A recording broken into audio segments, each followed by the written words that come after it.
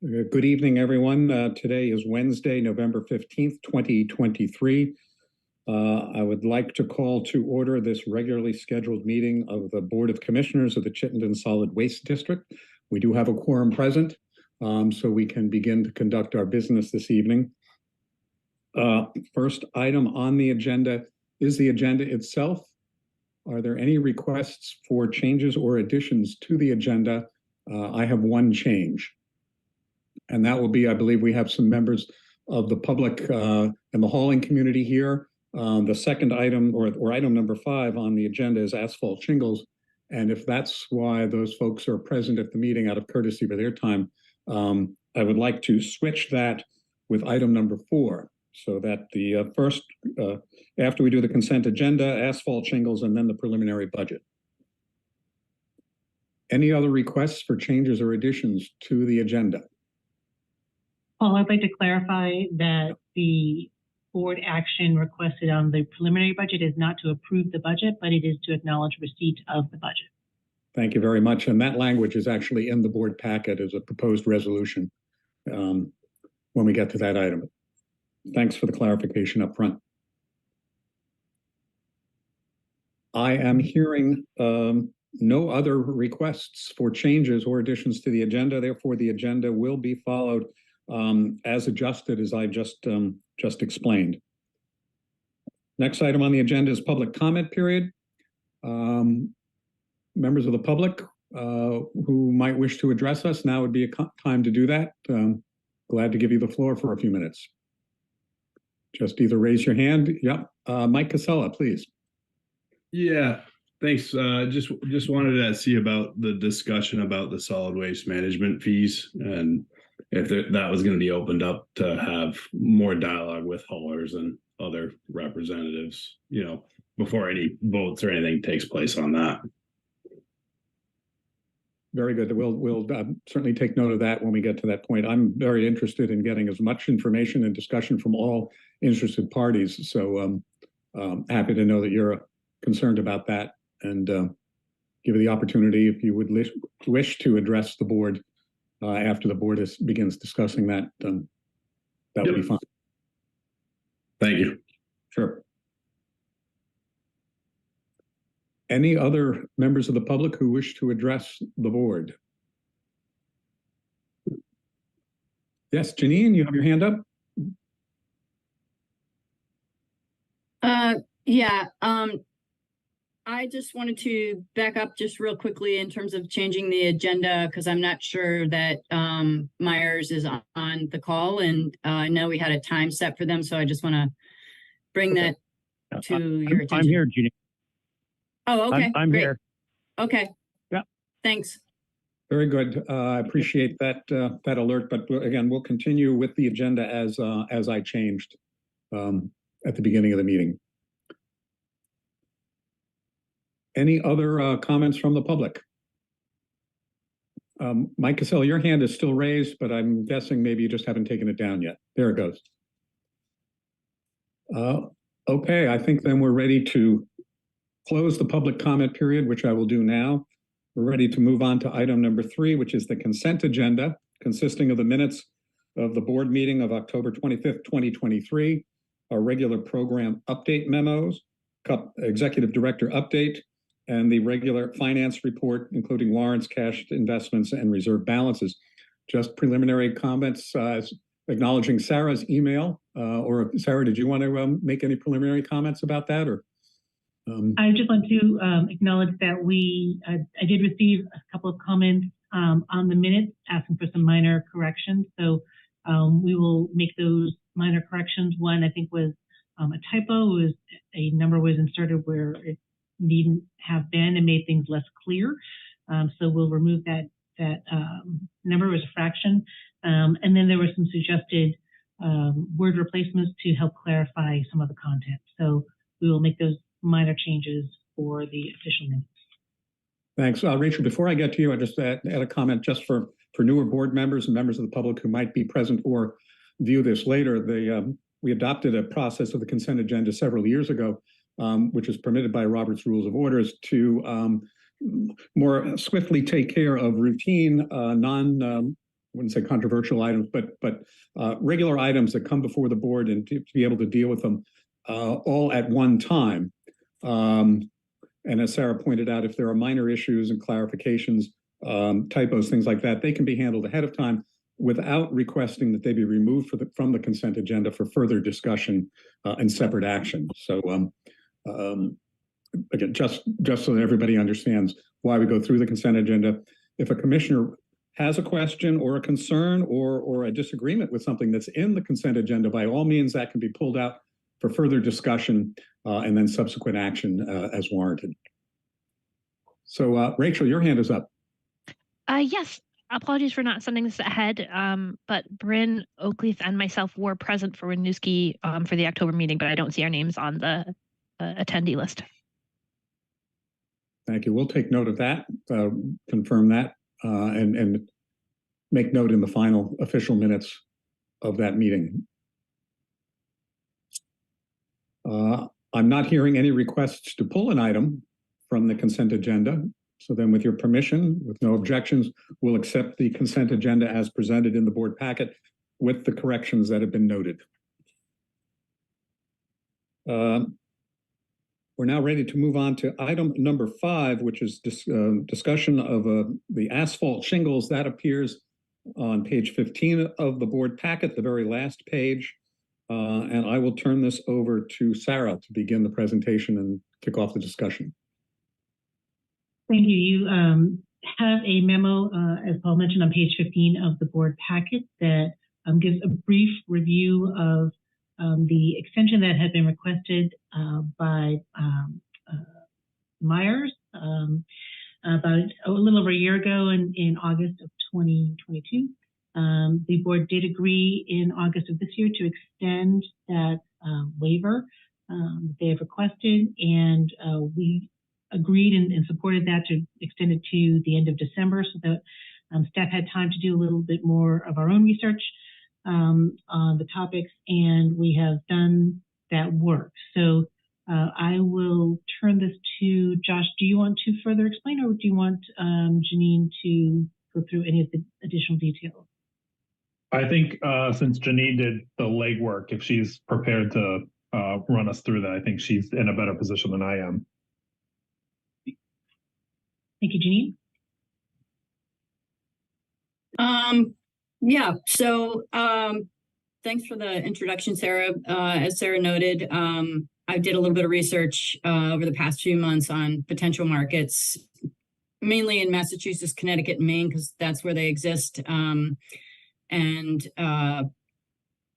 basically kind of came to the conclusion that there currently aren't any viable markets for shingles at this time. So that's the first resolution. It has to do with, you know, continuing to waive the separation and collection requirements. And then the second one, I guess I'm going to kind of turn it over to Myers and just have them talk about what their, you know, what the proposal is in terms of the fee, if that's okay. Sure. Well, let's focus first on the first item. Since there is a separate resolution, we can dive into that, and then we'll go on to the second resolution. And the first resolution is essentially getting out ahead of an potential ordinance change. So this would have the board waiving a portion of the current ordinance until which time that we can have further discussion and or if we may decide as an organization to remove the requirement and go back, you know, basically to the default position that is in place with the state. So we require more than the state does regarding separation of shingles from other material. So we could, based on Janine's research and based on Myers' experience with managing these materials, remove that requirement from our ordinance and treat them the way the state says is fine to do. So it's the ordinance change process is a process. It takes a bit of time. So this would be, again, it's waived until further notice. as described. So we would take a little bit of time and have that discussion as a board regarding removing, suspending, how you'd want to manage that. So that is what that first resolution is. It's waiving the requirement that it exists in CSWD's ordinance, which again is larger than the state's requirement. It's more involved. And for newer members, Josh, I don't know if you want to briefly describe the ordinance change process. That might be helpful.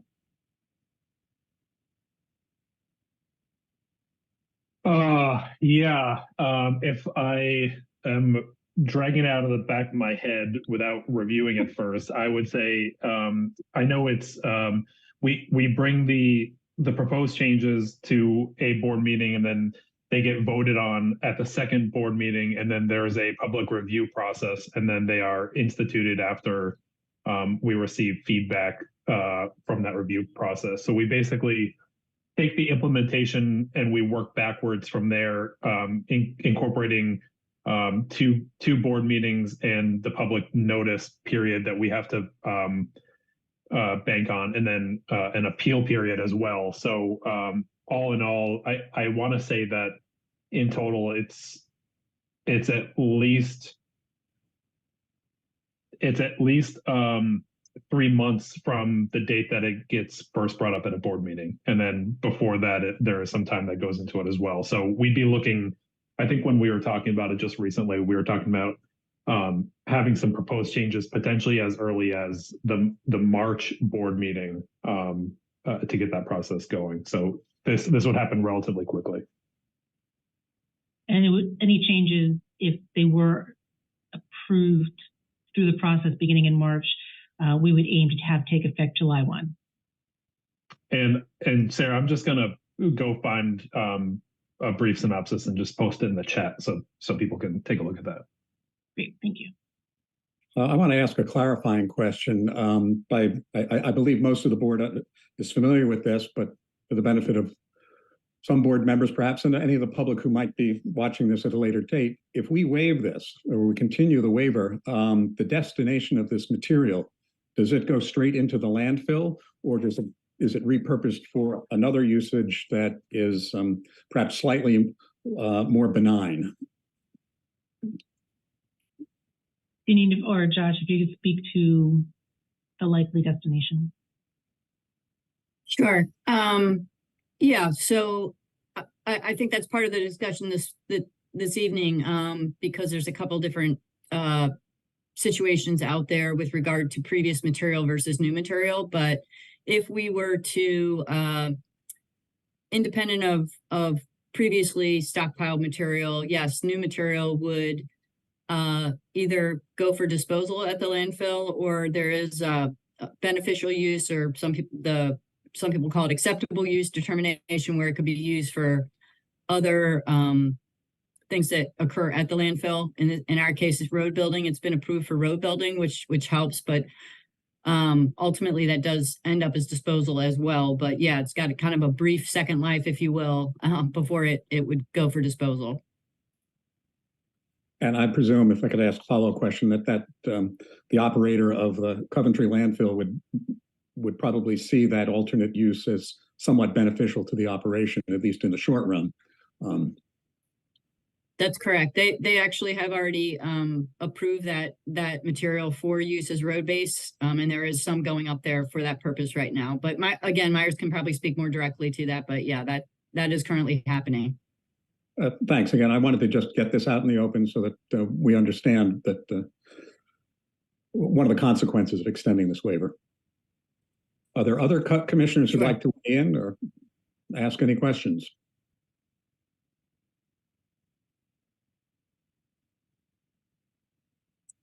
I am hearing none. And again, this is something that we've been talking about on and off fairly regularly over the past year and a half.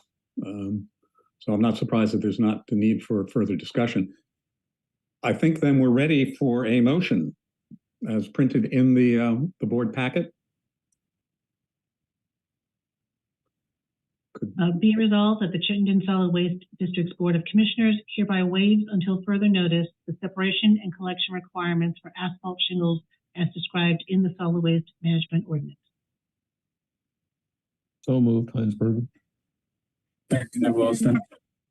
Thank you. It's been moved and seconded to waive until further notice the separation and collection requirement for asphalt shingles. Is there discussion on the motion?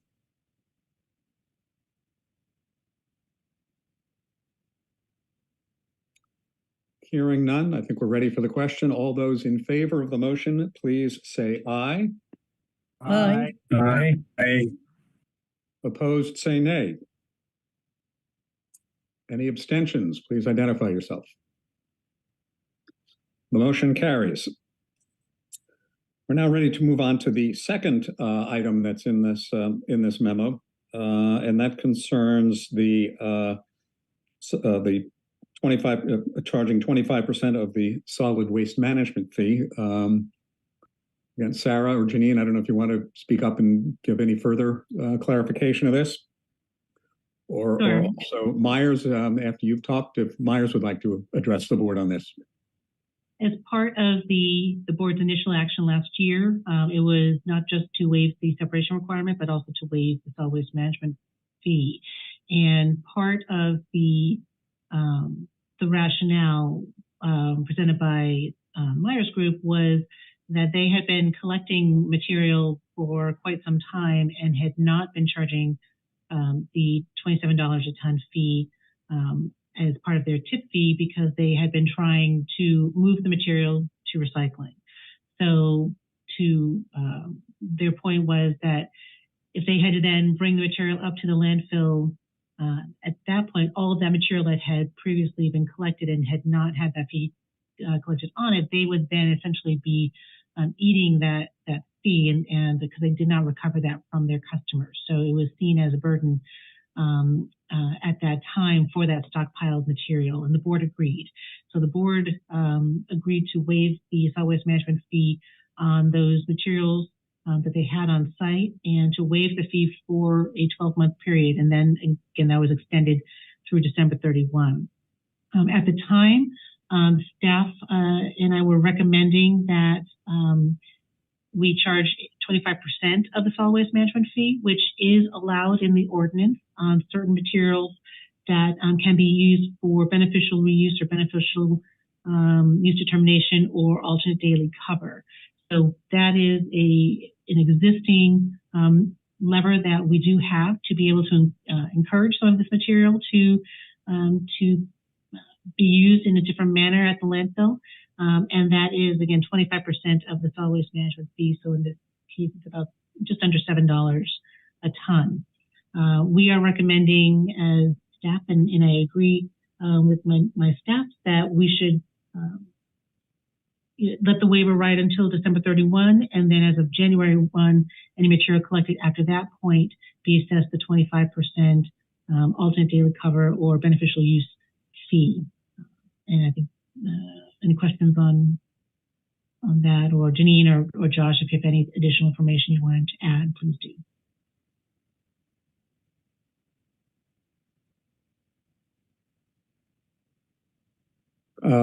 Open it up for questions, discussion from the commissioners or concerns that you might have.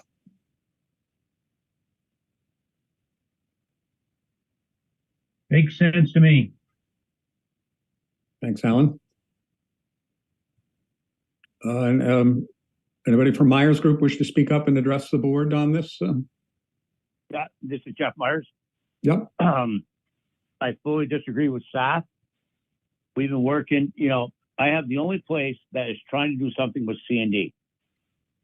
And we do better than, we're recycling as much as we can with the markets we have. We've been trying to get something to do with shingles, with the wood. Folks know we lost our market with wood, but now we're just cleaning out some clean wood now. But my staff down in the transfer station, we're recycling shingles. We're cleaning the shingles. We're sorting them by hand. They didn't get them cleaned to Casella. So they can use them for road base where they have problem spots and put them underneath their tippers.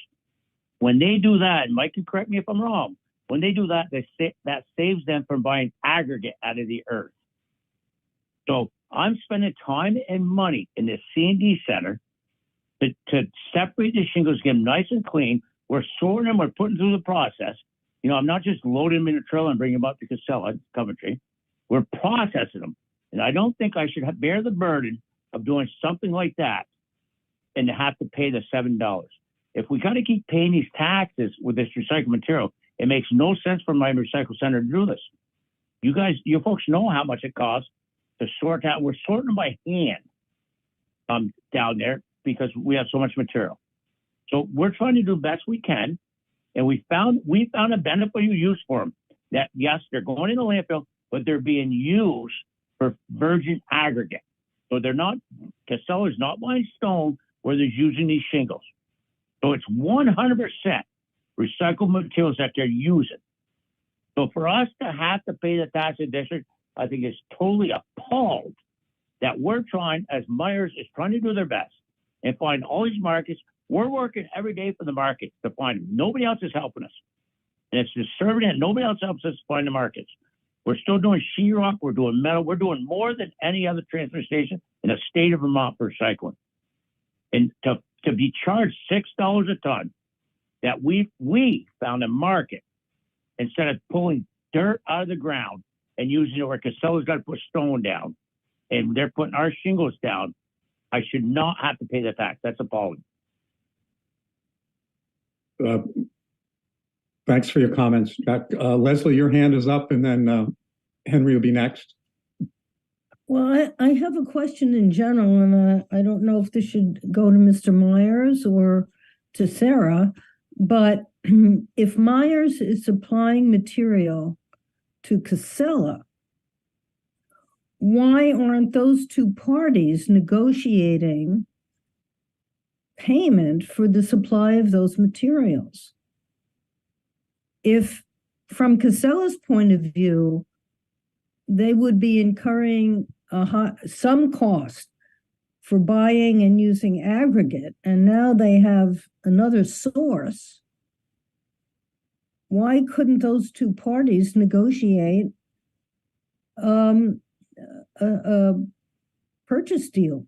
You know, why are we in the middle of this decision? Leslie, that's a great question. And I had a question too for Jeff, and what my question for Jeff was, because this material it does have a beneficial use to Casella, are they still charging you the same tip fee, or are they charging you a different lower rate for that material because it's able to be used as kind of an alternate daily cover, but for road based, kind of similar to what Leslie is asking? I don't know if that, I think that's a deal between me and Casella, but yes, they do give me a little better rate because of the processing we're doing at my transfer station.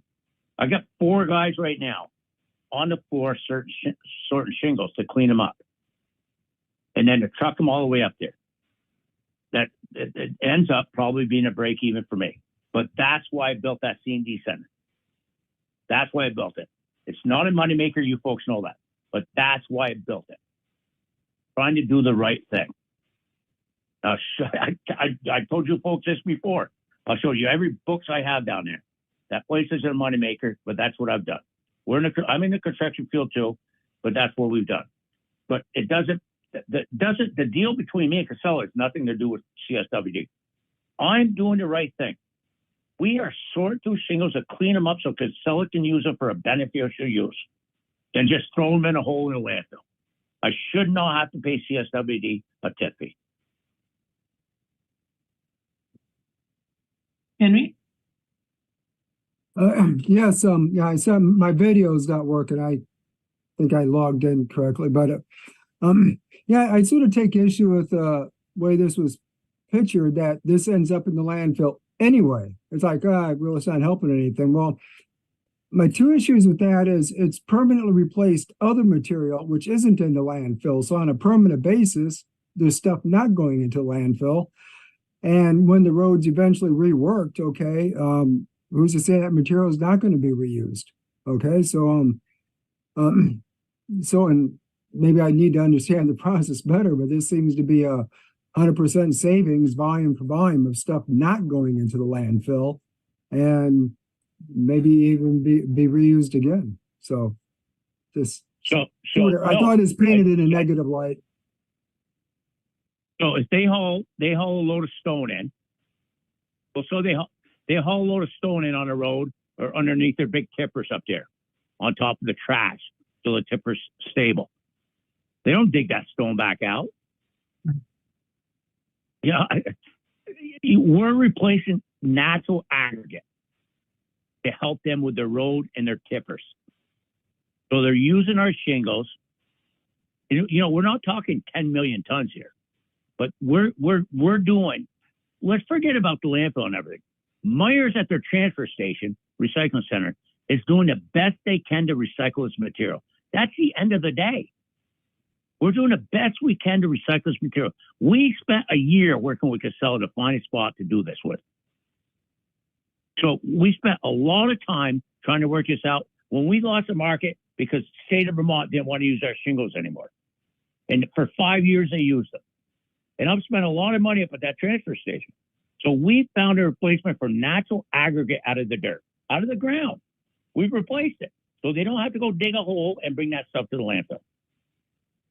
So if they brought natural stuff, Mike can correct me if I'm wrong, if they brought natural stuff to that landfill, they're not going to dig it up with the trash. We've replaced natural aggregate. So I don't understand. So yeah, that's where we're at. Thank you, Jeff.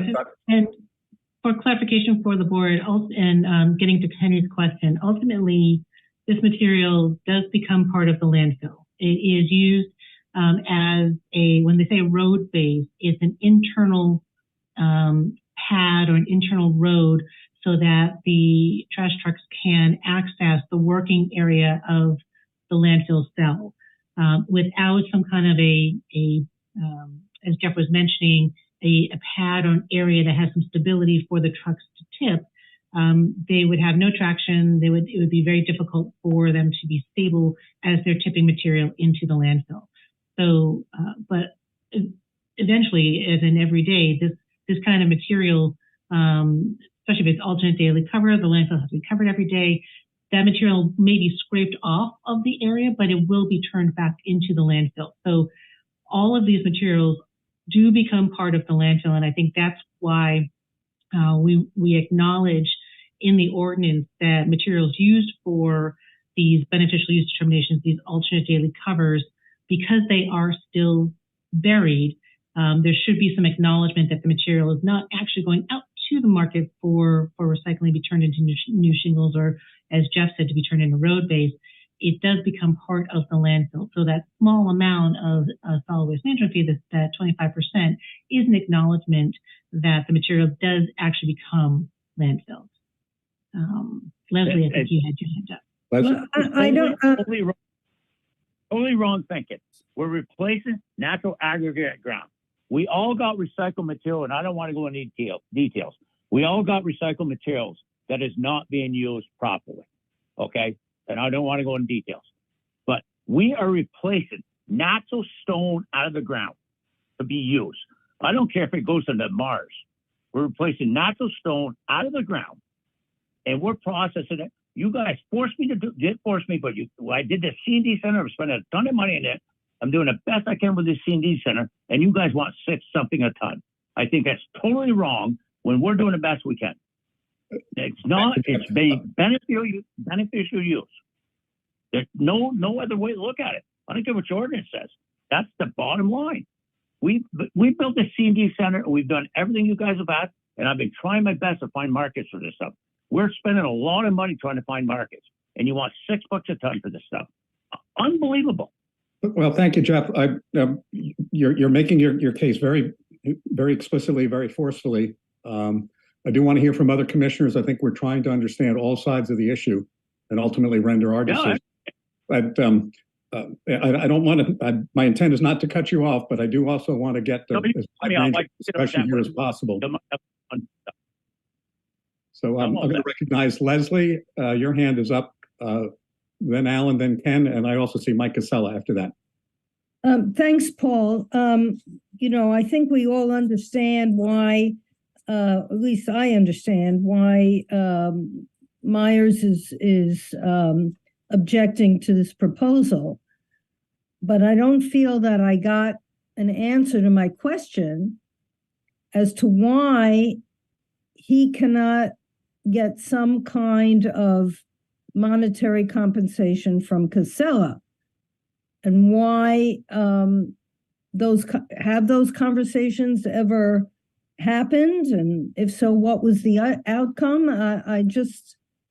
I don't feel my question was answered by anyone.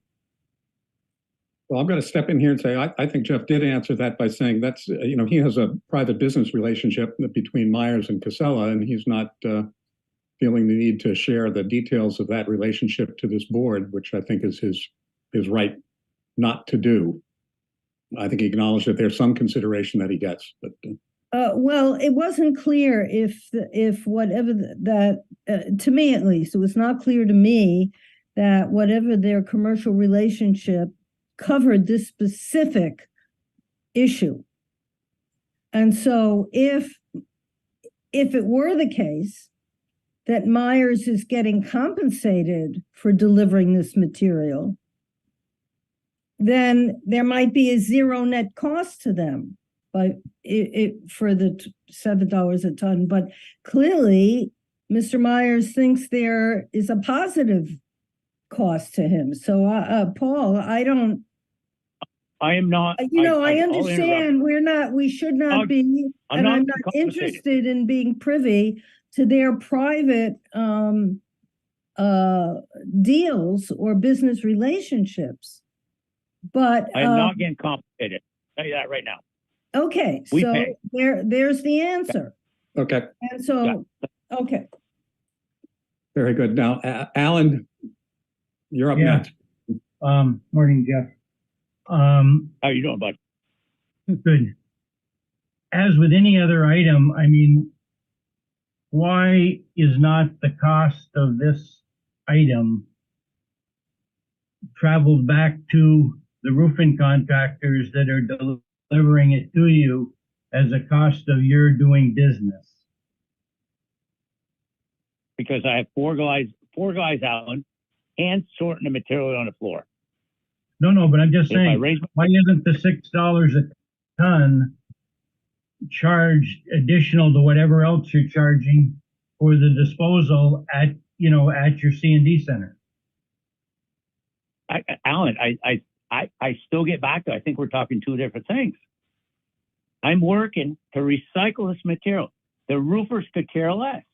I sent a letter to every roofer. But in order to drop it off, in order to drop it off at your site, they have to pay you that $6. They pay me the same rate, but it's all mixed up. Other stuff, I don't have to hand sort like we're doing with shingles to clean them up. And I sent a letter out to every roofer and said, I want shingles at bottom, then your metal, then your paper, then your wood. You know what they did to me? They laughed. They said, you want to do that? We'll bring it someplace else. So there's so much more handwork going on to this and cost to clean these shingles up to get them the way Casella wants versus put it through my picking line. And I got two guys on a picking line now. So they're doing it with two machines on the floor. So now they just changed the first ordinance. So if I charge them another $6 for sorting, Casella or whoever else, any other transfer station, doesn't have to sort them. I'm trying to do the way our C&D center runs. No other center now, since the ordinance you just passed a few minutes ago, has to sort any shingles. So everybody else can take them and just throw them in their trash. I'm trying to work the system the way I want my C&D recycling center. That we're trying to work it the way we're replacing something out of the earth. I still don't think we should have to pay $6 tax. We're working to do the way I built that C&D center to do. So I think, just to recap it, my interpretation of Alan's question was, why not pass this cost on to the generator of the material? And I think your answer is that you're under intense competitive pressures that might prevent you from simply raising your prices to cover this additional disposal cost. Exactly. Thank you. Ken, your question.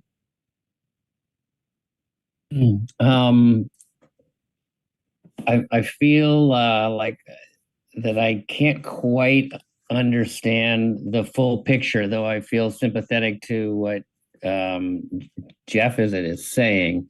I'm hoping that maybe Sarah or someone on the district can back up a little bit and speak to his insistence that he's doing what we wanted him to do, that he is running a construction and debris recycling center, that it's helpful to the state of Vermont that he does that.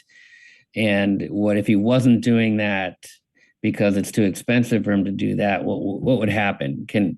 I think I'd rather hear that from CSWD than, because I've already heard Mr. Myers a few times, and there's just a few things that I'm not understanding from what he's saying. Sarah? Yeah, either Josh or Deneen or Jen, if you could do a quick review of the state's requirement for these materials. And specifically what Mr. Myers is doing that he may not have to do. Or I suppose he doesn't have to do it. And if he doesn't do it, where are we, if we're talking about net, where are we at the end of the day if we aren't helping him do this? Right.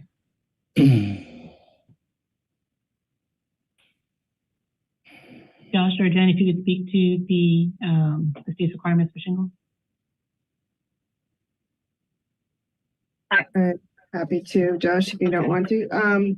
So the requirement for shingles is if there's a certain amount of material that's generated, I believe it's a 40 cubic yard amount of C&D material and there's a facility that can accept that material and is willing to accept it, needs to be diverted. So individual like homeowner projects would not qualify. I believe, Josh, please confirm that the state has waived the requirement for asphalt shingles due to a lack of markets. So at this moment, there's no requirement, seeing that the board has excused that from our ordinance requirements, and the state has also waived that requirement for the state laws. Thank you. And also for— Can you rephrase that, like, just for English for me? Like, sorry, sure. So there double negatives and waiving requirements. So there's a law in place that requires construction and demolition material that's generated in a large quantity. So large projects, they have to divert that if there's a facility nearby that's willing to accept it. And part of the banned materials from the landfill are asphalt shingles for those larger projects. Okay, so that's in statute, state statute.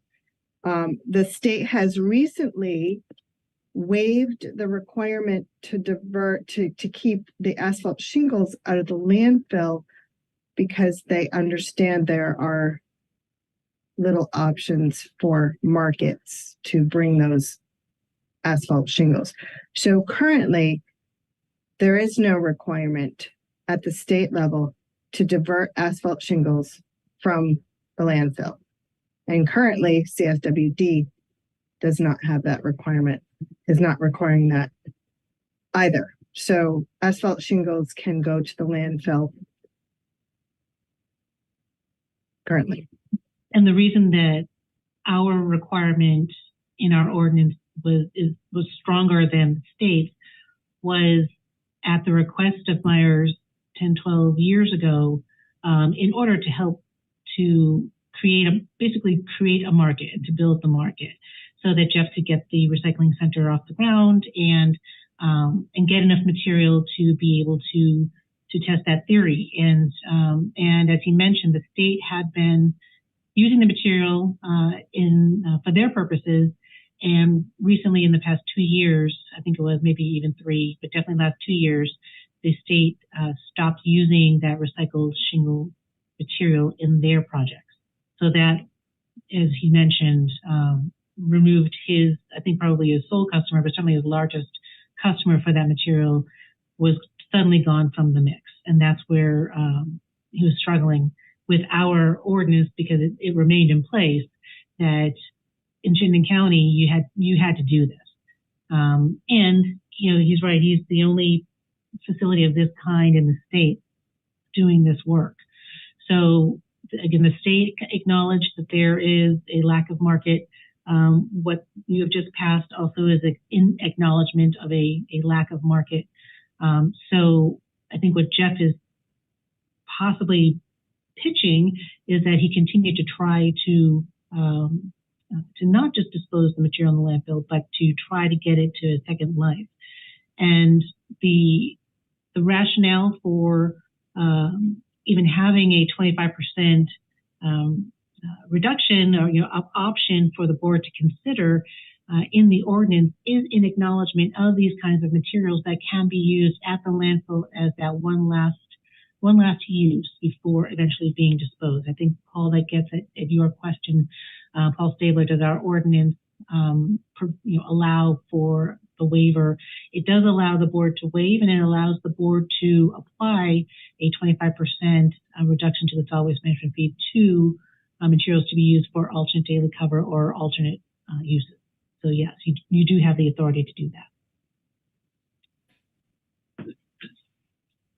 Ken, that give you the answer you were looking for? Yeah, I guess so. Do we like what Mr. Myers is doing? Does the CSWD like what he's doing with these shingles? And if he wasn't doing them this way, would they be coming to us and getting a different tip fee or rate or something like that? Or no, they're not coming to us at all. We don't see any of the materials going to Myers Recycling Center. As Jeff said, they go to his place, and right now he's sorting the shingles out from the other C&D. So what's happening is builders aren't setting up separate boxes at their site and saying, okay, shingles go in here, clean wood goes in here, metal goes in here. He gets it all in one. So when those materials come to him, they're all jumbled up as construction demolition debris, and then he has employees who are hand sorting that material out of those boxes so that he can try to generate a load of just shingles so that they can go to Casella, and Casella can use those shingles for road base. I think right. what Jeff was saying is that that's giving them one last gasp, as Janine had mentioned at the beginning of the conversation. So Leslie's question goes to, does he profit from that? But the only way that Vermont is helped by what he's doing, Vermont, is by reducing the amount of aggregate that would otherwise be brought into the landfill that would fill up space. It would be aggregate and shingles, I suppose, if he wasn't doing what he was doing, because it wouldn't be clean enough for Casella. Right. Casella's not going to lay down construction demolition debris as a road. They obviously need something along the lines of aggregate, and again, shingles are a good use for that pad, that road. Okay. But that aggregate is also, it's not being scooped up and moved to a different area of the landfill. When that road or that pad or that area is exhausted, then that aggregate stays in place and it becomes part of the cell. Okay, so he's reducing the amount of material that's going into our landfill at this point by doing this work. No, because it still becomes part of the landfill. What he's doing is. But wouldn't it be just mixed in with the trash, and he'd still have to build the roads with dirt from the ground, as Mr. Myers is saying? They would still have to spread aggregate. So yes, I see what you're saying, Ken. Yes, it's not really reducing the amount that goes in. It's all going in, but it's saving Casella some money on aggregate. Right, that's the thing. Oh, it's not reducing the total what's going in? Yeah, no, it's all going in. Wouldn't the shingles go in plus all the aggregate for building the roads? Yes. Yes. So he's saving the aggregate. Right. Yes.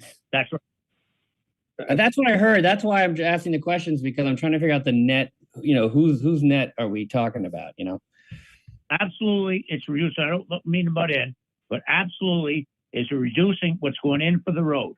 So the shingles might be going in for, they're going to go to landfill eventually anyway, but they don't use my shingles. They're going into landfill, plus they're bringing dirt and stone in to fix the road. So yes, it's reducing the aggregate and everything going into landfill.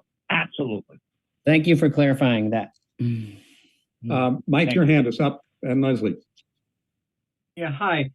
My question then is, right now, I think this is exactly the issue, or some of the issue. As I'm understanding the problem, why isn't Casella compensating Myers? Exactly. I mean, if they are not having to purchase the aggregate that they would have otherwise, why isn't that a benefit to Casella? And Casella, it seems to me quickly, Casella should be compensating Myers. And yeah, point. That's Mike. That question has been well established, and I think we've gone over that. Mr. Myers has addressed that as best he can, to the extent that he can.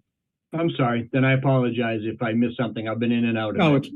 it's certainly a good point. We're all trying to get our heads around these various aspects of the question.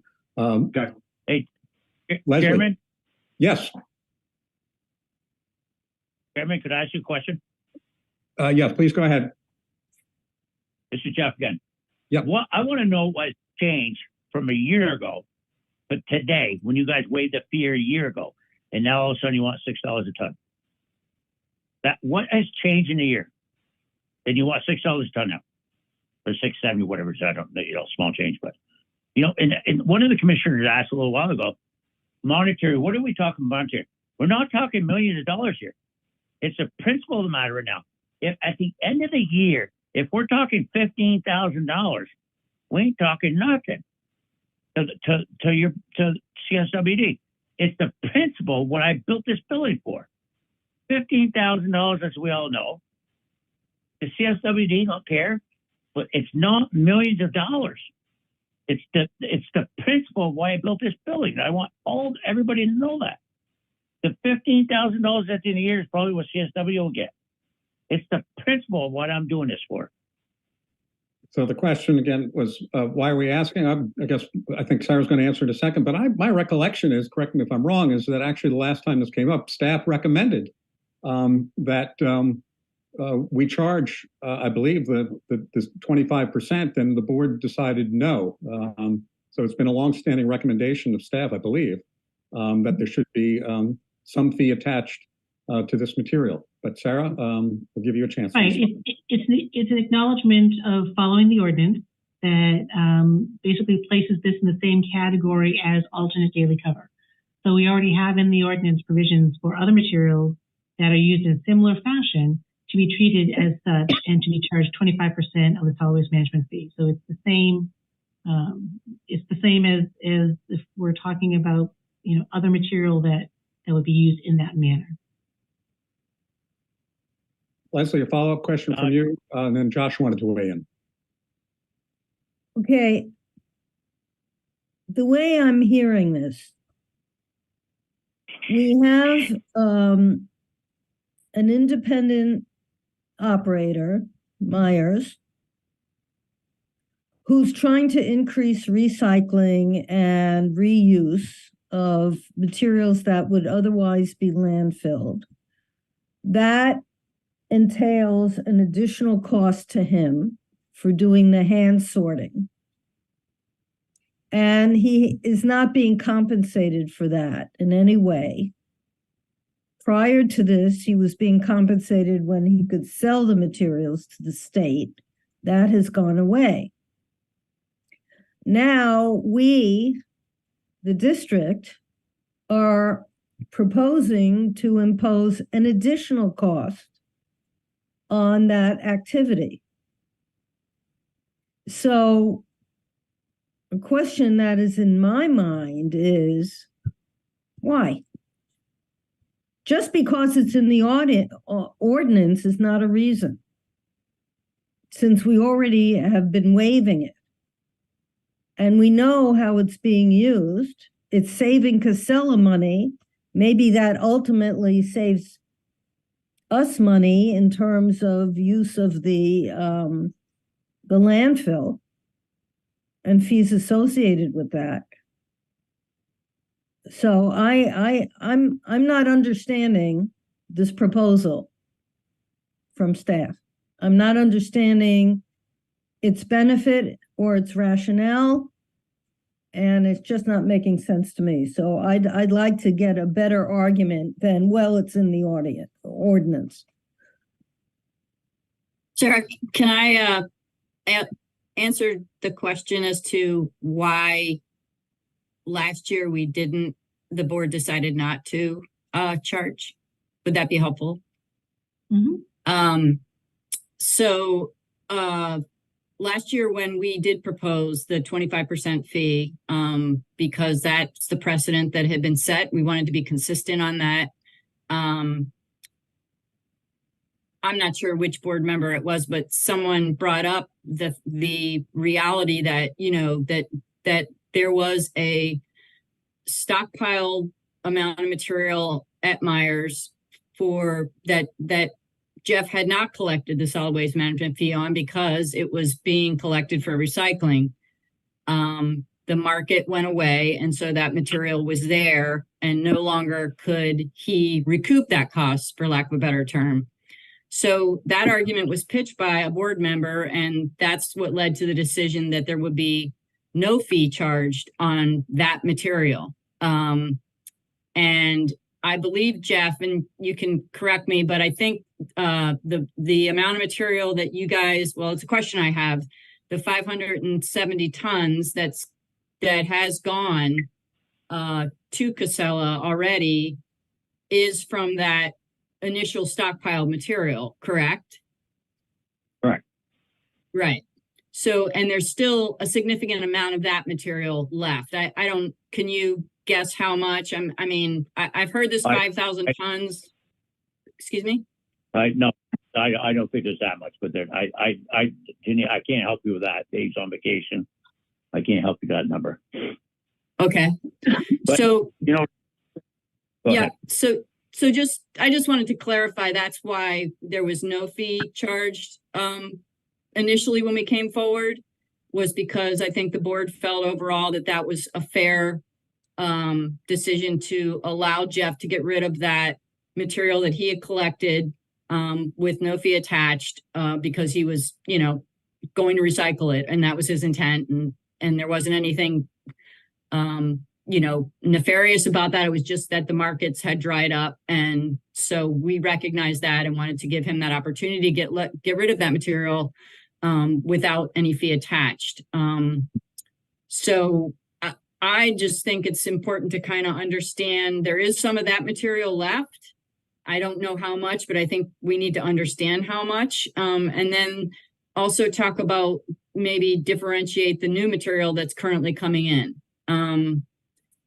That's kind of my thought on it. But Leslie, I don't know if that answers your question in terms of why we didn't do it before, but I hope that clarifies it.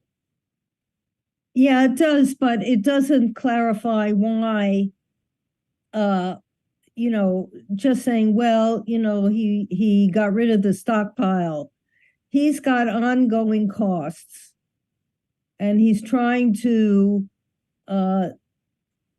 you know, reduce. He's actually saving Casella money, and he's trying to repurpose material rather than having it all loaded into a tip into the landfill, and just saying that, well, you know, the ordinance allows us to do this, so we should do it, to me is not a satisfactory justification for imposing an additional cost in this case, or instituting or reinstituting, or whatever the right terminology might be. I don't hear a case being made, a credible case being made, given the information that's being provided to us right now. I mean, do we know, or maybe this is a question for Jeff, but do we know if if all of the shingles that are being collected or that are stockpiled are all going for road base, or are any of them being disposed just in general in the landfill? Is everything road base, or is there a portion that is straight disposal? I got 4 guys on the floor and we're doing the best we can. That's all I can say. You know, if they come in really super dirty, they come in really super dirty, we're not spending time on them. You know, a lot of shingles come in and, you know, the household threw trash in them. You got donuts stuck to them. You know, I could go on and on and on. The good shingles that are coming in, the guys are on the floor because I can't put them through the system. Because I don't have enough help. The guys on the floor, they're cleaning up perfectly. And they're, you know, spending all that time and money. So getting back to Wickham's in our place. So we've been doing a little bit out everywhere, trying to get shingles up to landfill, but it makes no sense to keep hauling out of Wickham's 100 ton and then take 100 ton of my building and bring it back over there. So we've been doing mix and both when I can find trucking. As you guys know, we can't find, you know, it still gets back to the districts that, you know, we could talk all night long. It gets back to the district's theory on recycling. And we are doing the best we can. We're using this material to do something in the landfill that's better than going down the landfill or going down the dirt pit and get dirt, adding more stuff to the landfill. We are spending time to recycle this. And, you know, we're not talking millions of dollars. We're talking, you know, the money's not the problem. It's the issue of what we're discussing right now. We're doing the best we can to recycle this stuff. And we spent an hour on this already for $15,000, which is disturbing. Okay, thanks. I want to avoid kind of repeating the points that have been made before. I certainly agree. We spent a lot of time. It's an important issue. We still have some hands raised. Josh, did you want to add something to help clarify this?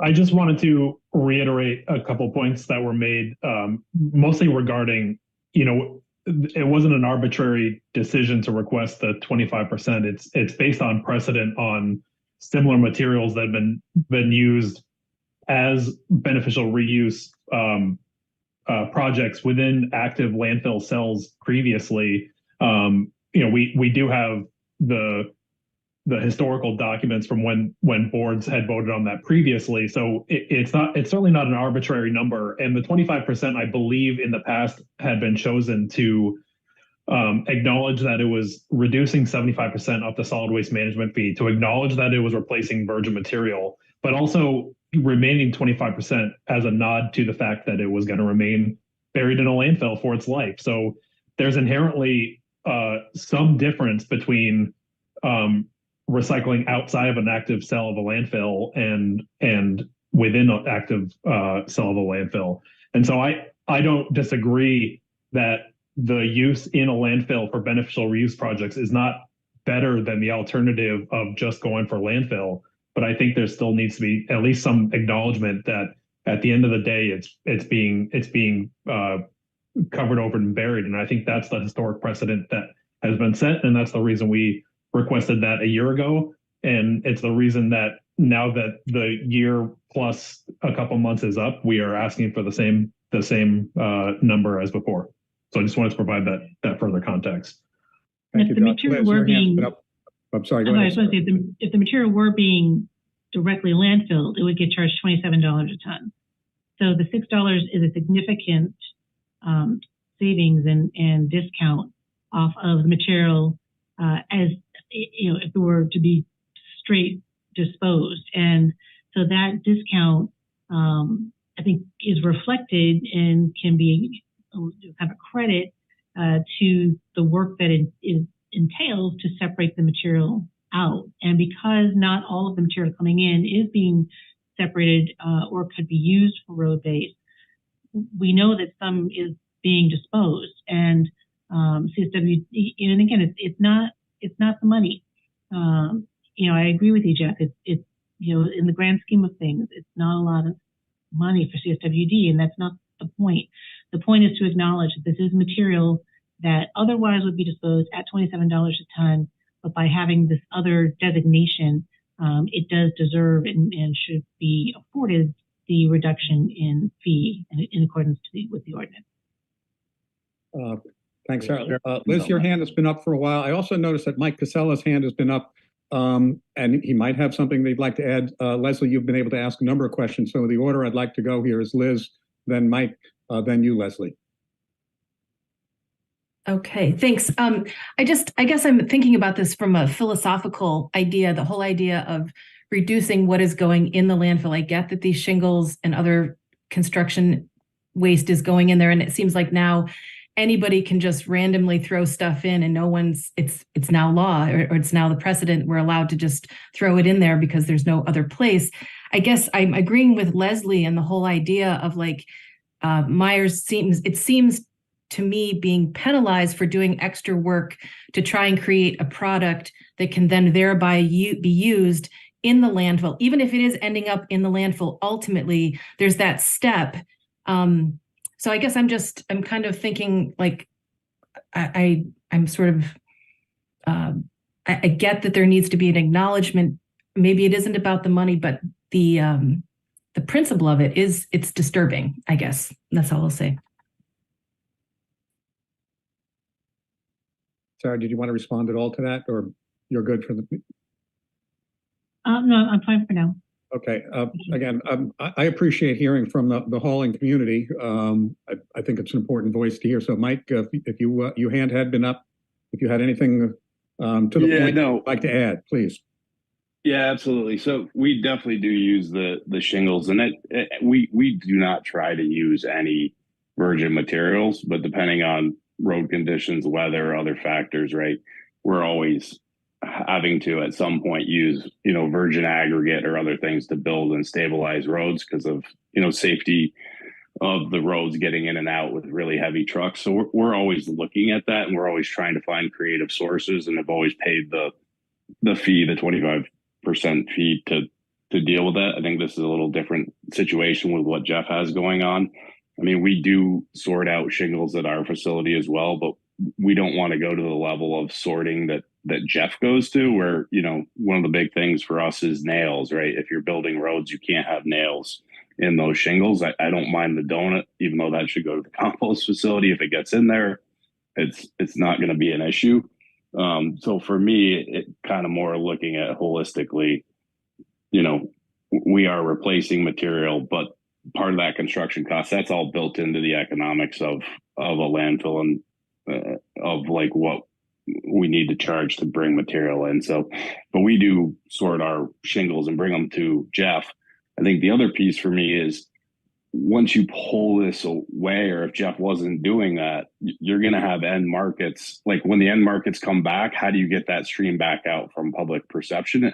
And that's something that I caution, because if we don't do it right, then when those markets do come back, you have nowhere to take those materials, right? Or you have to go back through that whole education process and everything else, which is almost a bigger lift than just saying, okay, hey, right now we know we can't today find an outlet for shingles, but in a year from now, that might completely change. And then all of a sudden you're able to just, instead of diverting it to the landfill, you're diverting it to a recycling center. So that's all I would caution too, is that it's also about forward looking as well as markets change. Thank you, Mike. Leslie, to a new point. Yeah, and I really appreciate your patience with making so many contributions, and I really appreciated Mike Casella's most recent point. But what I wanted to say was, we have no idea of Myers' cost structure, but we should think about the incentive message that such a move would make, because his cost structure could be such that it would be worth his while not to have 4 people spending time sorting out asphalt shingles and put them in a normal load and pay that $27 a ton. That might be cost effective for him. Hypothetically, if it were, what would we have accomplished? we would have simply added to the amount of materials directly landfilled. So there's no way to know in advance what economic incentive signal we might be sending. And with Mike Casella's additional point about shutting down the capacity to do the sorting, and what that happens when and if markets come back, I think is something to be considered. And I appreciate your patience with all my contributions. Thanks, Leslie. I'm going to say, Margie, your hand is up. Rick, we'll go with you. And then I want to get to the fact we're only in this preliminary discussion. There is a recommended motion to put before us. And I would like to, after these two commissioners speak, to move that process along. There still is an opportunity for more discussion. But we have been spending a lot of time on this. I don't think we've been too repetitive, but we've got to move this along. So, Margie. Yeah, so I guess two things. One is that I'm hearing from Myers that they're, and as kind of verified also by Casella, that there's ongoing work to look for markets, and that is, staying open to that is probably important in my view. And the second question I have is, to the extent that there's precedent for materials with beneficial reuse being charged 25%, I'm curious whether those other situations involved the kind of work that Myers is talking about. Yeah, they do. No, they don't. To find other markets? Of course they do. I don't. No, I didn't mean just other markets. I meant the sorting. In other words, the sorting. Whether the other. Correct me if I'm wrong. I want to butt in because now it's getting to the 25% that you charge other people is dirt for daily cover and other things. I got 4 guys on the floor spending time. The other material that we're talking that you gave, I've been at meetings that you give 25% break to, or you charge them $7 a ton. They load it in a truck and they bring it up here and dump it. I got 4 guys on the floor sorting to clean this material up. So the question I'm raising is whether the precedent applies. No, don't. In that sense. I think that's a question that ultimately staff needs to address. Yeah, generally the material that has the 25% waiver, as Jeff is saying, is like contaminated soils, things that don't need additional sorting. I think that's your question, Maggie. Thank you. Rick, last question before we hopefully will entertain a motion. I'll defer until after the motion. Okay. At this point, again, we've been having kind of preliminary discussion. My assumption is if we do not take any action tonight, what we've already done is we've waived the requirement to divert this from the landfill. If we don't take any action tonight, I think I'm looking for an answer. What fee would apply to this material? So the fee waiver is through December 31st. The current waiver is through December 31st. As of January 1st, no waiver would be in existence. So correct? Correct. So we do have a motion. I'm just asking these questions more for clarity. We have a motion. It's perhaps not going to be universally supported, but to apply the 25%. So I don't believe that motion's been actually formally made. No, correct. I'm not debating the motion. I'm just clarifying. We need to take some action tonight. Well, I'm willing to make a motion at this point in time. Personally, I believe Michael Casella made a convincing argument in terms of continuing the practice amongst the producers of the shingles and incentivizing them to continue to sort. I think that's important. So, and I think it's important to support our only C&D facility at this point. So I move that we continue the complete waiver of the solid waste management fee for the asphalt shingles that are used for road build in the landfill.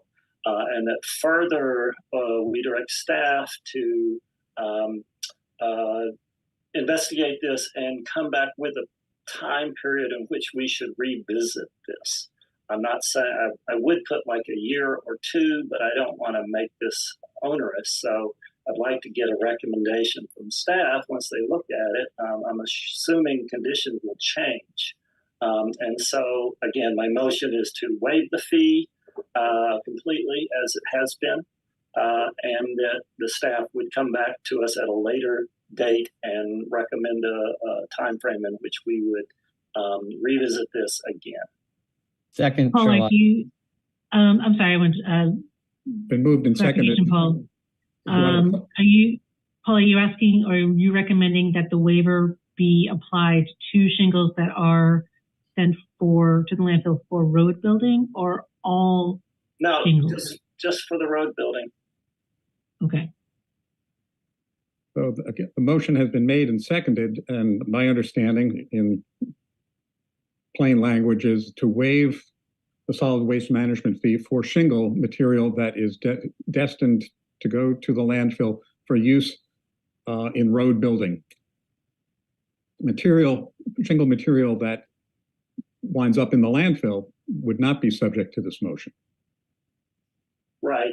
And my rationale there is it's not getting, if it's not diverting other aggregate, then it seems like it should be charged the entire fee. Okay. So. Now we'll open up discussion on this motion, which is to waive the fee for shingles to be used as road building material. Rachel. Two questions.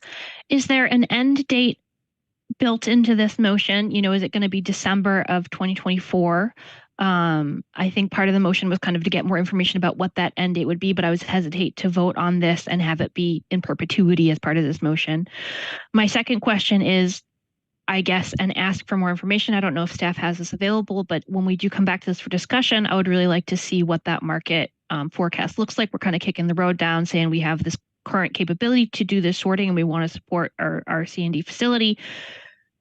But we're also saying we want to do that with the understanding that the market is going to change and there's going to be a market for these asphalt tiles. I would like to understand, is there going to be a market for this, or are we kicking the can down the road and we're going to revisit this next year and we're not really foreseeing that change? So is this current motion in perpetuity? Is there a date designated with the end? And then what is the actual market forecast on asphalt tiles? Thank you.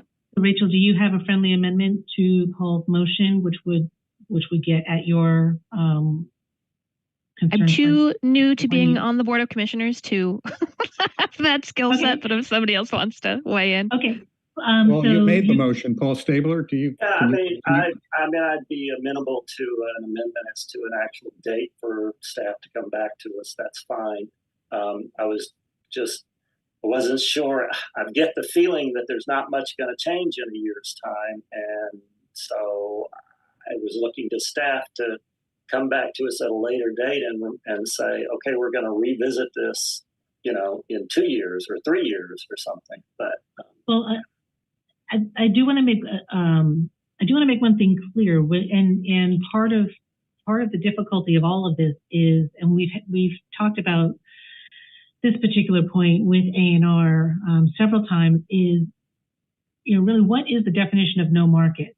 So to be very clear, there is an outlet for the material to be turned into other things, but it's the closest one to us is Connecticut. And so when the state is saying there's no market, they're saying there's no local regional use for this that is affordable. But there is an outlet. It's you know, several states away.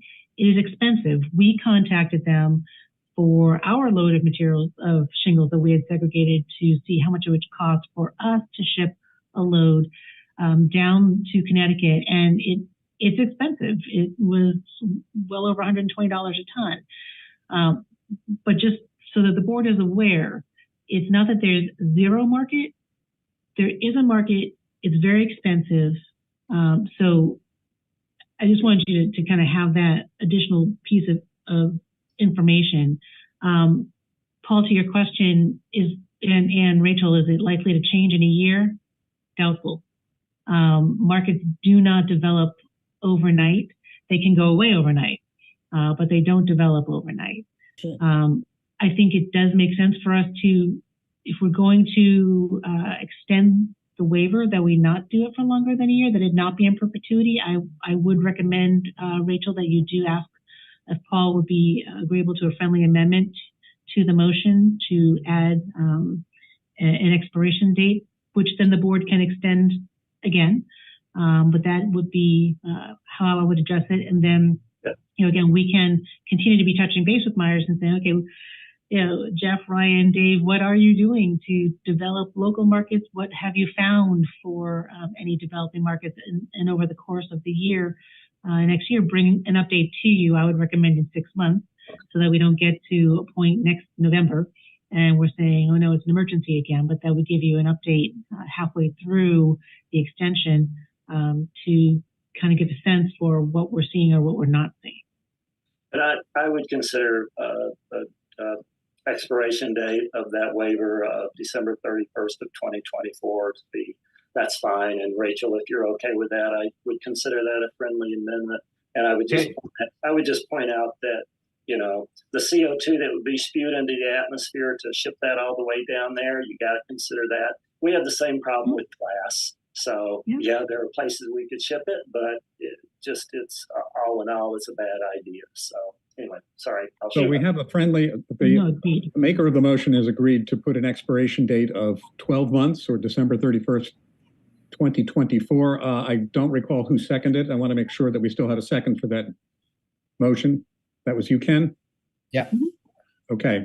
So we now have clarity on the motion, which is to waive the fee for all of calendar year 2024 with the direction that staff study this and report back to the board on at least in a timely fashion. Rick, your hand is up, then Mike. Yeah, just a couple of quick observations and the opportunity for somebody to straighten me out if I'm confused. A key piece that I heard Jeff say is that I will preface this by saying that I came into the meeting disposed to vote for the 25% fee. I am definitely second guessing that at this point, partly because of what Jeff said, which implies to me that it is not practical to charge the providers of the asphalt shingle waste. That you can't really charge them the fee because you can't really segregate that effectively from all the other C&D stuff. If you could, and if you could pass that along, I would be in favor of doing that. That doesn't sound practical. The other key piece that I think I'm hearing, though it wasn't stated in so many words, is that there is a public good being provided by the Myers C&D Recycling Center.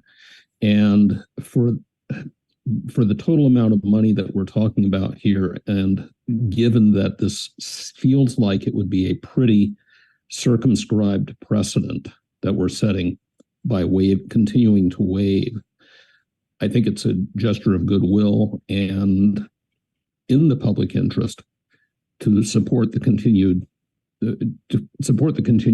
of the status quo for Jeff to keep doing this. It sounds like a pretty thankless job. Thanks, Rick. I'm not sure anybody needs to respond to your particular questions, but appreciate the clarity of what you've said. Mike Sullivan. I disagree with the idea of limiting this. It seems to me it's simple. If it is a net benefit, period, defined as you are keeping something out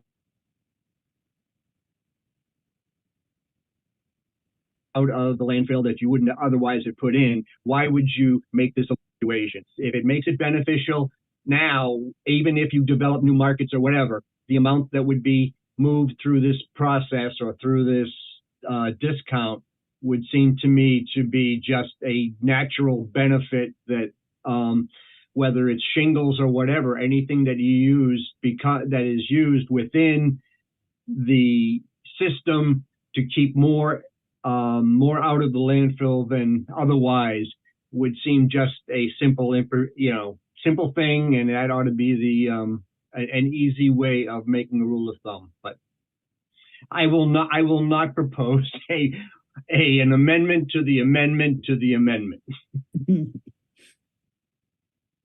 Thanks. Other commissioners wishing to weigh in on the motion?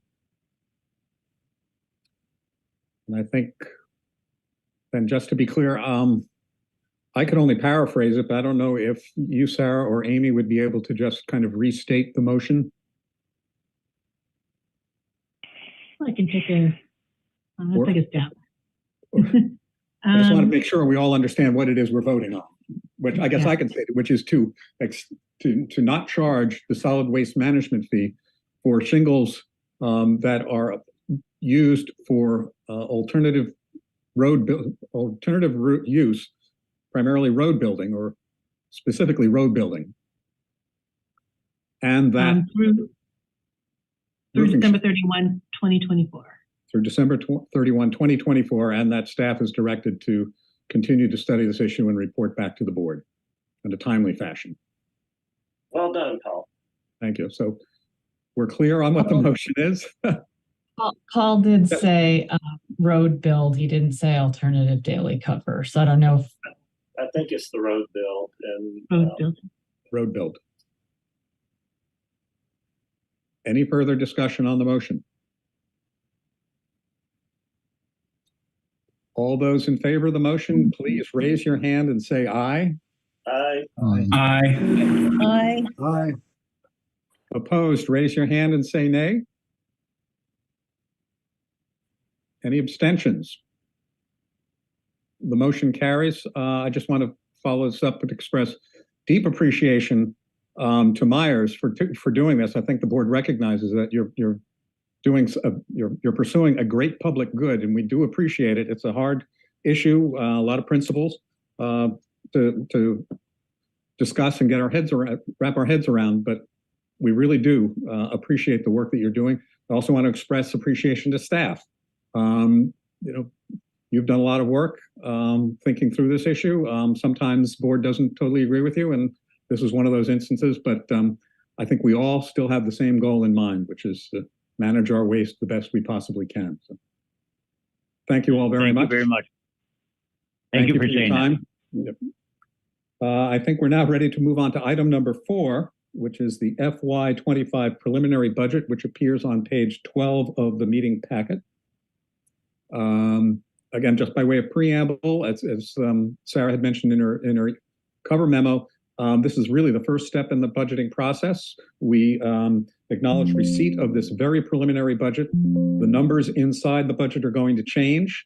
The real intent here is to meet the obligations we have, really to signal and inform our our member communities whether or not there might be an assessment that would be coming down the line. And I think by presenting this budget, we're basically committing that there will not be that assessment. But again, the numbers within the budget are going to change. I don't mean to steal your thunder, Sarah, but really for the benefit of new board members, just to understand what it is we're doing now. There'll be a lot of meetings on the budget in January, and all commissioners and the public are welcome to attend those meetings. With that, I'll turn it over to you, Sarah. Thank you. Quick clarification, the meeting in January will be the public, we're also required to hold a public hearing on the proposed budget. So that will be held no later than January 31st. We do tend to hold that public meeting ahead of the regular business meeting in January, but we could hold it at a different time if the board chose. But normally that's when we would have that public meeting. So we do need to do that no later than January 31. The Finance Committee will then be meeting as a group in February to review the next draft, the next iteration of the budget. And it's mostly done. I mean, really most of what you see on that third page, I think it was 14, won't change too much, but a few key items likely will as we get more actuals. So by the time the Finance Committee meets in February, we will have first 2 quarters of the year actuals. We will also know what the CPI is for the end of December through the end of this calendar year. Depending on when it comes out in January, we also may have that number in January. So some of these, again, estimates are placeholders. For example, as I mentioned in the memo, we've budgeted so far a 4% COLA, but that is likely to, I don't want to say anything, but is likely to go down. We're already seeing that CPI is hovering around 3.2, 3.3, 3.4%. So it is likely that we will be budgeting something less than a 4% COLA as we go into the next year. So some of the things that we highlight in the memo are it's not just increases, but also decreases in expenses or increases in revenue. And we tend to look to that percentage. So if you're looking on page 14, I like to look way over to the far right column, percent difference to the budget years. And you'll see a lot of them are fairly close, 0 to 1%. But where we have whoppers, we like to explain that. And to the positive is our interest in dividend line item, thanks to the work of the board and the finance committee, and then to Nola Ritchie and myself. We did invest a good amount of our reserve funds because the interest rate was so good this past year. And we are similarly anticipating doing the same. The interest rate is coming down, but it is still beneficial, and we'll continue to invest those monies. So that proved to be a huge boon, and I thank you for your confidence in us to do that. And you'll notice too some of the a 100% difference on rental income. That is because we are we're anticipating in fiscal 25 we will not have any property rentals, so to be out of that property management business from that perspective. So that is a decrease in revenue, and the associated expenses as well are going down there. One item I did want to address, and we have broached it last year, and there was good discussion at both the finance committee and the board level last year on the solid waste management fee. And I reiterated my rationale in here in this memo on page, starting on page 12, but also continuing on page 13, that I do feel we are past due to increase that solid waste management fee. And that fee is the fee that is charged at essentially at the transfer station or at the landfill for solid waste that is generated within Chittenden County that is destined for disposal, and that is allowed by our charter and is described in our ordinance.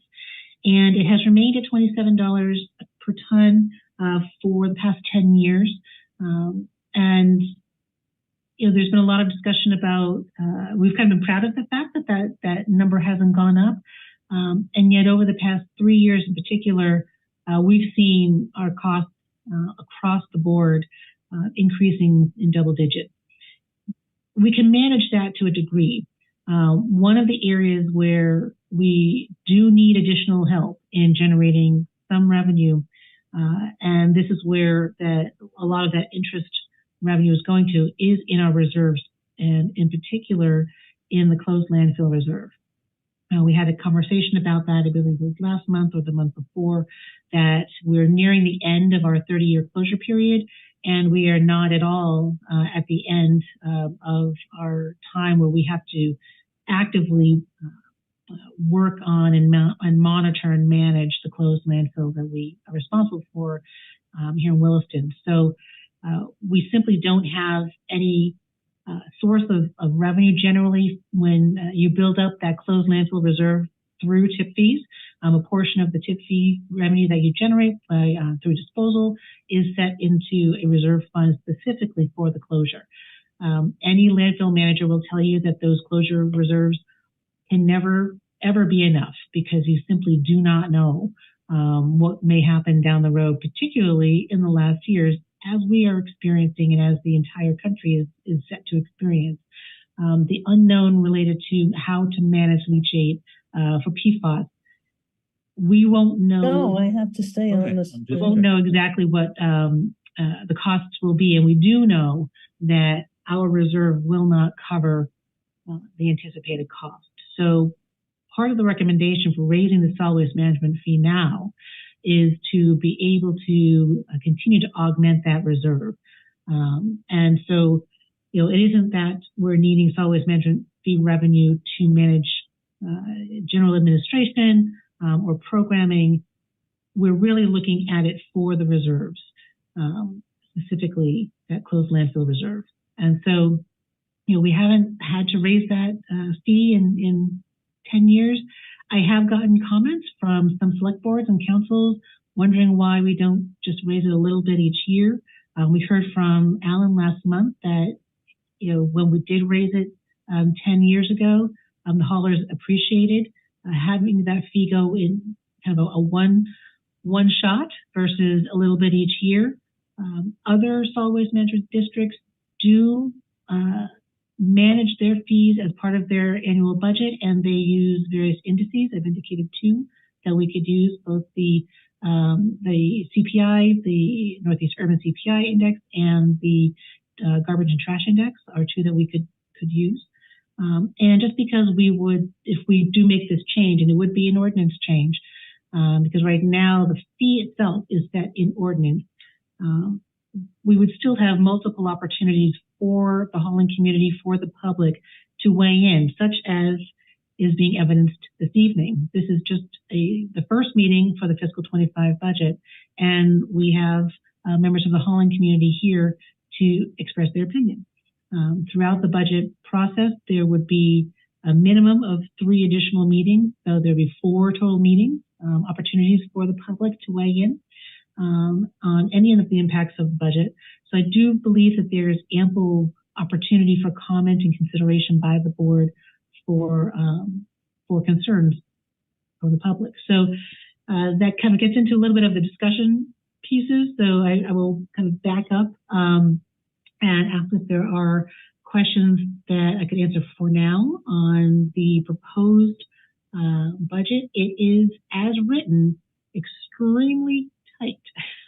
I think you can see it is a very, very thin budget as far as this. There's not a lot of wiggle room here. And part of that is we're still anticipating a suppressed average commodity revenue for sale of recycling materials.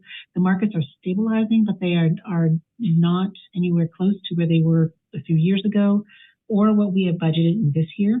We are budgeting for increases in tipping fees at our materials recycling facility and at the organics recycling facility. We are not budgeting for increases to fees at the drop-off centers. We did that this year, so we're going to maintain that for the upcoming year. And expenses are what they are. We've seen some reductions, but things do keep going up, as I think we all know. So, Paul, I don't know if you would like to entertain questions on any of the memo contents before going to the motion to acknowledge the receipt of the budget, or? I think we will have some discussion. I want to ask the first question. I feel like an important clarification in your memo, and you've already addressed it, discussion on the solid waste management fee. I think it's important to point out to the board that the numbers that you're seeing in this packet, please clarify, do or do not reflect any change in the current $27 per ton solid waste management fee. Do not. So we do not reflect that. It is still remaining $27 in this budget. So I just want to be clear that staff has not been presumptuous by putting in a change in the solid waste management fee without fully vetting and discussing this among the board and getting feedback from the public. So I think when we get to that, and you would specifically ask for that discussion in your cover memo, just remember we're not discussing a particular proposal tonight, although you pitched a $30 per ton fee.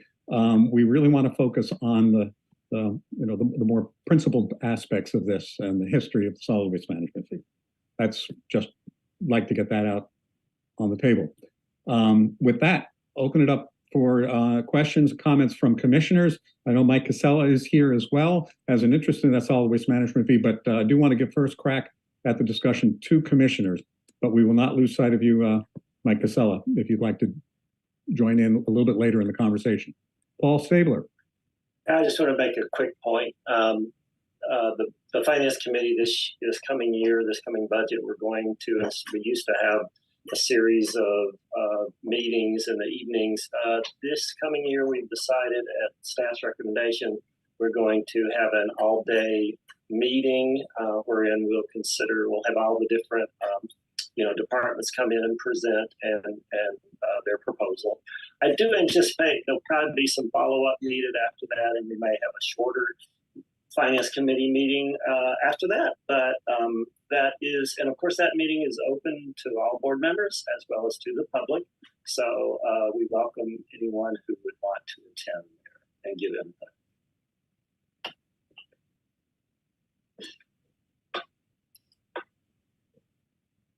Other commissioners would like to weigh in? Again, I just want to make sure we have the opportunity to address the solid waste management fee. The only thing I would like to offer is that by my calculations, I've looked up the Federal Reserve numbers, and at $27 in 2013 would equate to $35 in 2023 dollars. Well, again, it's not baked into this budget. The suggestion that we raise the solid waste management fee to $30 per ton still significantly lags the rate of inflation, and we would be collecting less than we would have were collecting in equivalent dollars in 2013. Hopefully, I've made my point clearly, but it's not it's against all other things. It's still, I think, my opinion is a restrained increase. And as Sarah said, it's would be directed towards particular long-term liabilities of the district. Alan.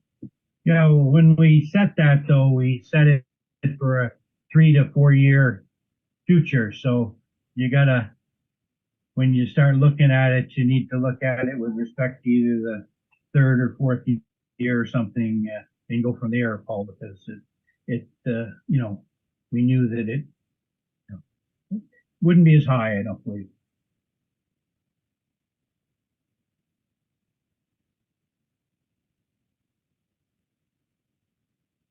Ken. My CPI calculator just gave me over $36. So we're in the ballpark. Just to make your point, to kind of reinforce your point, and in general, I mean, I'm curious about the note about what Alan said before, but in general, I would think that it would make sense to be following, a more gradual increase to cover costs. That's all. Paul, would you like me to read the motion to accept, acknowledge receipt of the budget? Sure. And then we can get to discussion. Be it resolved that the Board of Commissioners acknowledges the receipt of a proposed fiscal year 2025 budget to be further developed through the normal budget process. So moved, Williston. Seconded, Essex. Thank you. It's been moved and seconded to acknowledge receipt of the budget, not approval of the budget, but just receipt. It's being brought forward to the board. Further discussion on the budget, on the motion, excuse me.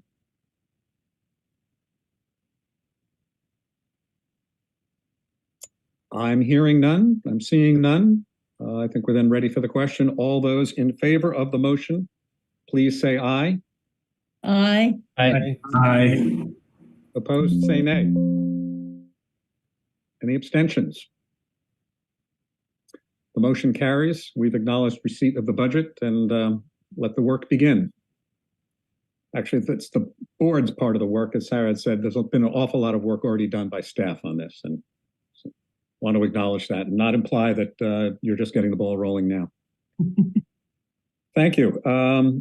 We're now on to item number 6, other business. Is there any other business to be brought before the board this evening? Well, Paul, did we want to ask for any commentary on the solid waste management fee topic in general? I think Mike Casella had wanted to make a comment. Sure. I'm sorry. I think the board has had its opportunity and hasn't said anything. I'll give it over to Mike Casella if you'd like to say anything, and then I see Rick, your hand was up.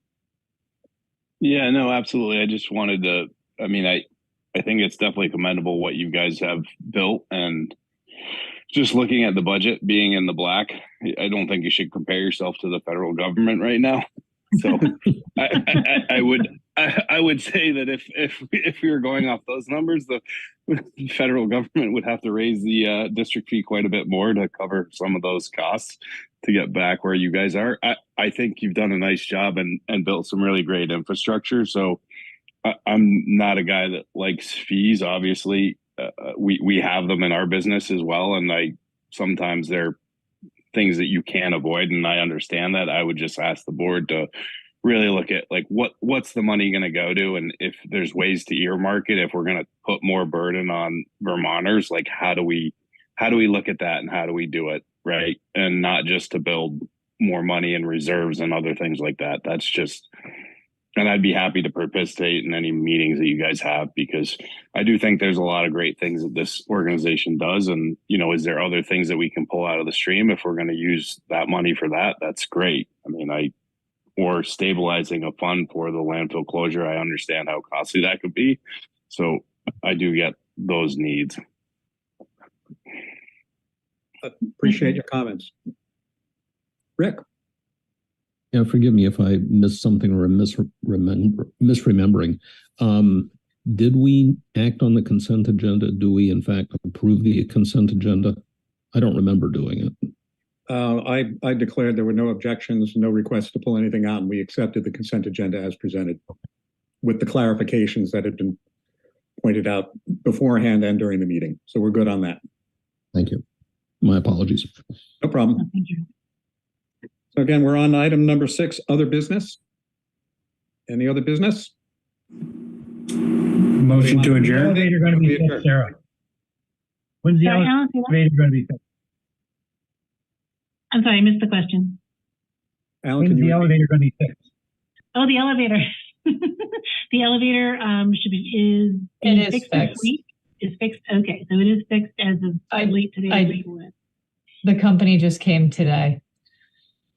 I just got the message from Greg. It should be all set for next month's meeting to be here as well as virtual. Entertain a motion to adjourn. Moved Essex. Second. Thank you. It's been moved and seconded. All those in favor of adjourning, please say aye. Aye. Aye. The vote is unanimous. We'll adjourn. Happy Thanksgiving to everybody. Safe travels if you're moving, if you're going anywhere. Good night. Good Thanks, night, all. everyone.